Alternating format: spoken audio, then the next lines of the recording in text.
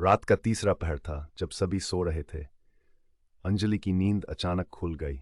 खिड़की के बाहर तेज हवा का शोर था, लेकिन उससे भी ज्यादा खौफनाक था छत से आती वो धीमी धीमी आहट, जैसे कोई धीरे धीरे छत पर चल रहा हो।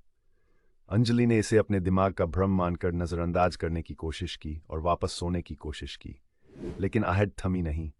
अब वह और तेज और स्पष्ट थी। उसके रोंगटे खड़े हो गए। अंजलि ने अपने पति को जगाने की सोची, लेकिन उसे लगा शायद वह उसे मजाक में उड़ा देगा। बिना कोई आवाज किए वह बेड से उठी और छत के दरवाजे की ओर बढ़ी। जैसे ही उसने दरवाजा खोला, ठंडी हवा के झोंके ने उसका स्वागत किया, पर वहां कोई नहीं था।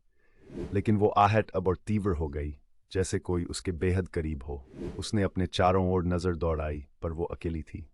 सहसा उसे अपने पीछे किसी की सांस लेने की आवाज महसूस हुई। वह पलटी, लेकिन वहां कोई नहीं था। दौड़ते हुए वह वापस अपनी कमरे में आई, दरवाजा बंद किया और बत्ती जला दी। तभी उसे महसूस हुआ बिस्तर पर एक गहरा निशान था, जैसे कोई उसके बगल में बैठा हो। उसके दिल की धड़कन तेज हो गई। उसने निश्चय किया कि वह कभी भी इस रहस्य का पता नहीं लगाएगी। अगले दिन सुबह की पहली किरण के साथ उसने वह घर छोड़ दिया, हमेशा के लिए। उस रात की खौफनाक यादें उसके साथ रह गईं, जैसे कोई छाया।